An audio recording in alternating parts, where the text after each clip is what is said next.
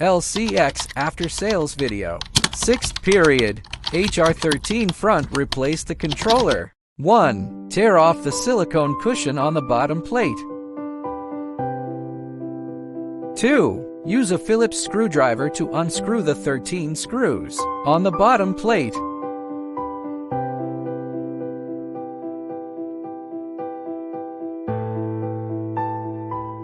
3. Unscrew the 2 screws on the hook with M3 Allen wrench and remove the hook. 4. Open the bottom cover. 5. Use scissors to cut the heat-shrinkable tube that wraps the terminals and disconnect all terminals on the controller to remove the controller.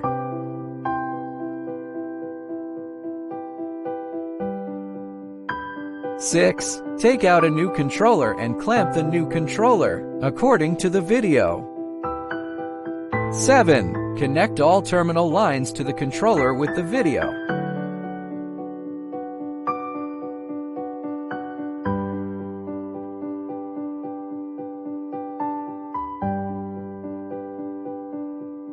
8. Boot test all functions are normal.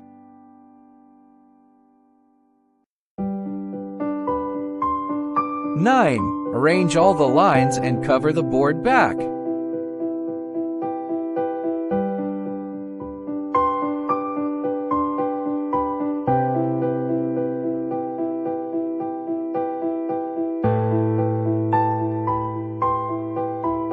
10. Cover the bottom plate cover back and tighten the 13 screws with a Phillips screwdriver. Note that the middle 6 screws are short and the 2 side 7 screws are long.